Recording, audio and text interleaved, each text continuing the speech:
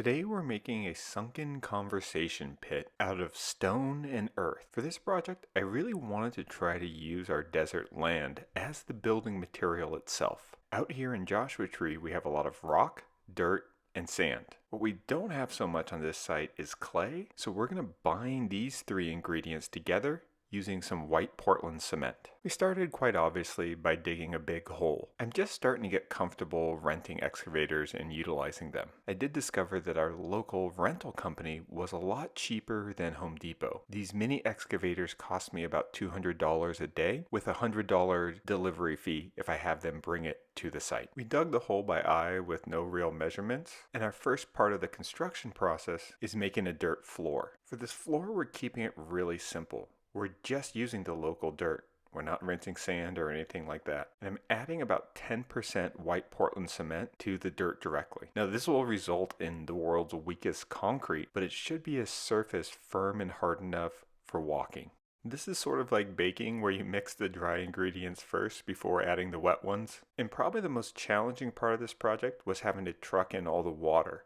I picked up a 35-gallon water tank from Tractor Supply and kept that in the back of my truck. We'd try to park uphill so that we would get some sort of water pressure for all of this dirty concrete mixing. When I say we added 10% Portland cement, that's a very rough estimate, but I do think we did a pretty good job of thoroughly mixing it and kind of used color intensity to gauge our sense of consistency. It took us about 2 hours to do this 64 square foot floor, and once we kind of had the consistency of very lumpy oatmeal, we started troweling it to try to compact it down some, because this stuff is a lot lighter and foamier than traditional concrete, so it doesn't settle on its own that well. It's also a little bit more challenging to mix because you don't have like the heavy pieces of gravel and sand in there to help mix the mixture. The troweling went fairly easily, and here and there I placed in flat rocks, and they stayed pretty stable. They didn't sink down or anything, but they did make the troweling a little more difficult because the trowel just keeps wanting to, bump into them. We used scrap 1/2-inch plywood to create walkways so we could get towards the center, and these pieces actually came in handy for kind of like pushing the mixture down. Once I saw that the plywood really wasn't sinking in, I used it as a base to drive in more rocks, and I just tapped them with my hammer until they kind of like squished in to mostly level. I let this surface cure for a few days and unexpectedly kind of tested out the strength when I threw a rock, which I didn't mean to hit the floor, but it didn't crack it. Now, right away I noticed that this is not as hard of a surface as concrete. All those organic particles of soil in our dirt just weakens that bond.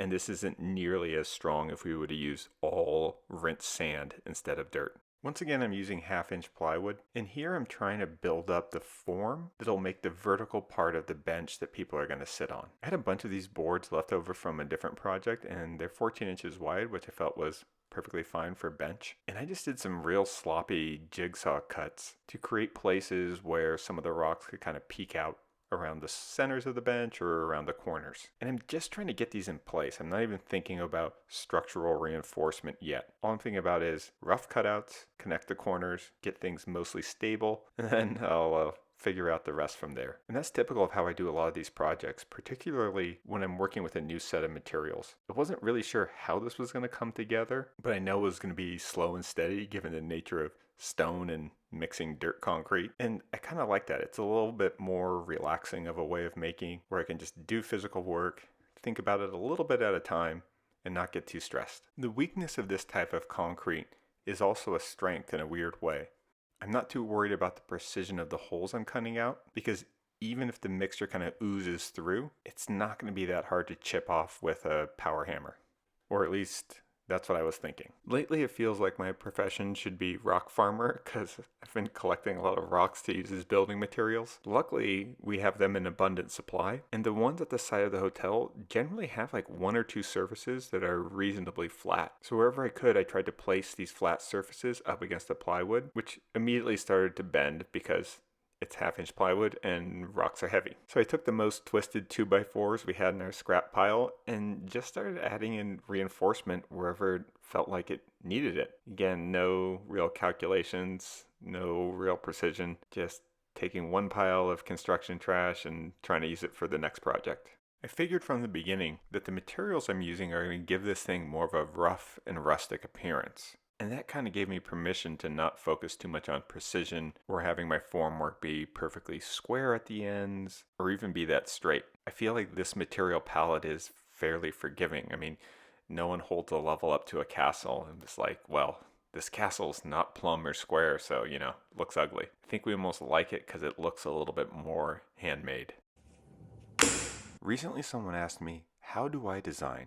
I don't actually have design as any sort of task on any of my calendars. What actually happens is that I constantly get fragments of an idea while I'm doing something else.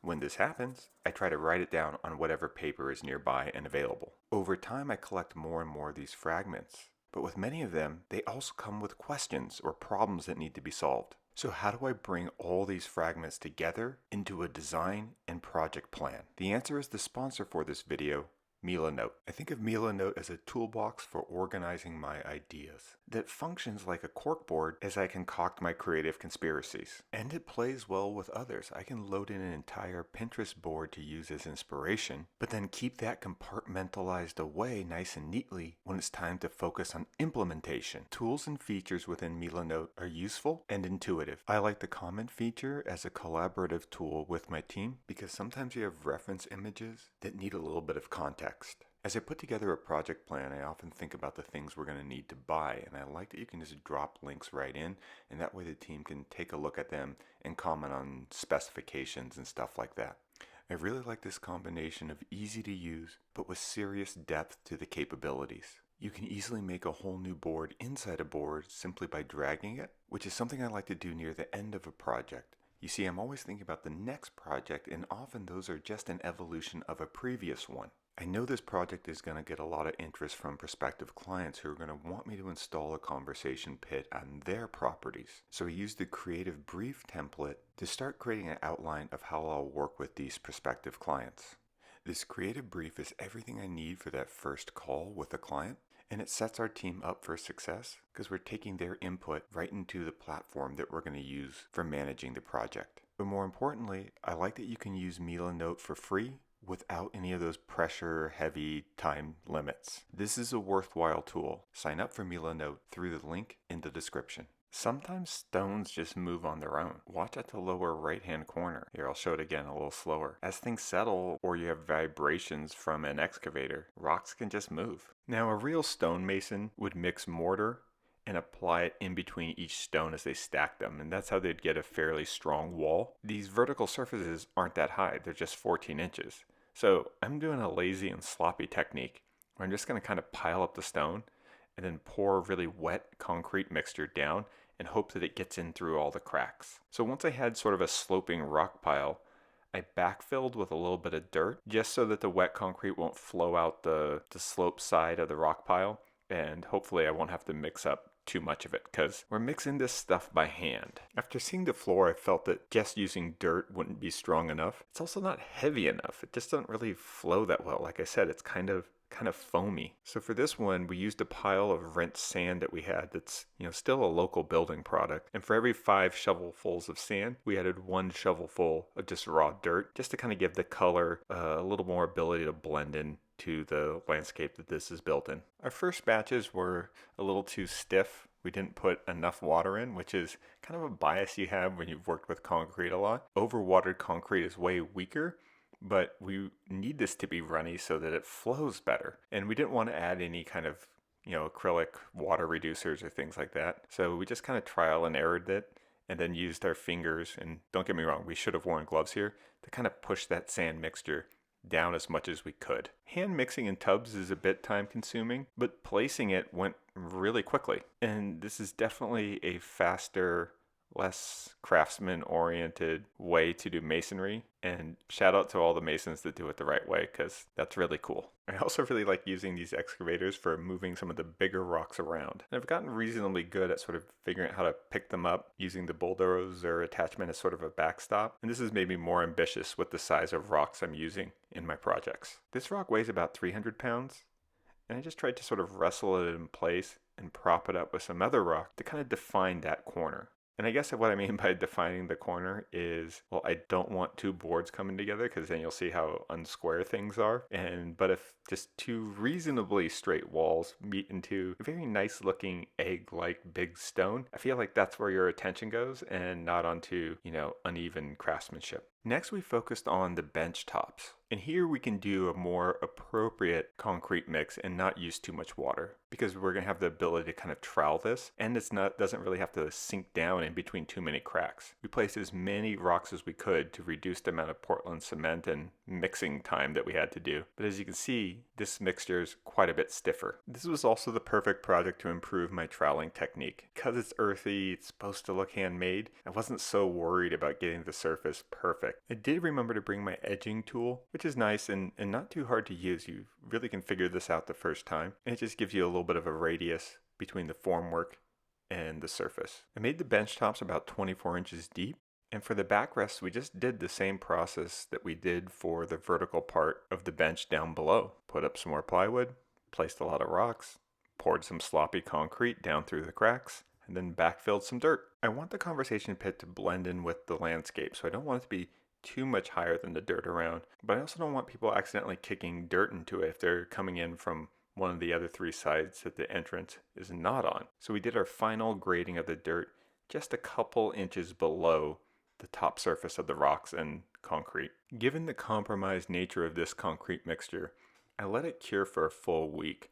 With normal concrete, I'm normally good to demold, a day or 2 days at the most, but I figured give this a little bit more time before I start putting pressure on the surfaces by prying some of these tightly positioned pieces of wood out. For these types of tasks, I'm always just tempted just to light everything on fire and come back and sweep out the ashes, but I really wanted to see how this would look without sort of, ash marks all over everything. When I was pulling away the plywood, I was a little nervous that the rocks would just be loose and rocking around. I definitely was expecting gaps, but at the bare minimum, I was hoping that everything was stable. And the gaps are definitely there, and they're more plentiful near the bottoms. So not surprising at all, but I was so pleased to see that everything was nice and stable. The pit was dug out of a raised plateau that's right next to a natural wash. So we also dug out a channel that people can enter into, and this will serve as the drainage. I wasn't sure how to make the transition between the dirt and the masonry part, but I figure things will move around and erode a bit after rain. And this kind of construction you can kind of patch in with the same types of materials over and over again. So I feel like maybe we'll just see what happens, and then if we have to add a little more stone and mortar, well, we'll just do that. So we did have some oozing between the cracks. And here's where the weakness of the concrete served us really well. It just chipped right off with a chisel attachment on my hammer drill. And also, don't be like me. If you're going to shove sandy mortar into cracks, use heavy-duty gloves. And not just to protect your hands from the drying out effects of the cement. I actually poked holes in my fingers from all the sand particles as I pushed really hard to get it all the way up in there. That being said, it wasn't that hard to fill the holes, and it's held up really well. I power washed the whole structure, and this removed a lot of the cement haze off of the rocks, but I did have to be careful with the floor. It was great when I power washed the embedded stones, but this power washer is powerful enough that if I just keep blasting the floors, it'll start to dig little grooves into this very soft dirt concrete.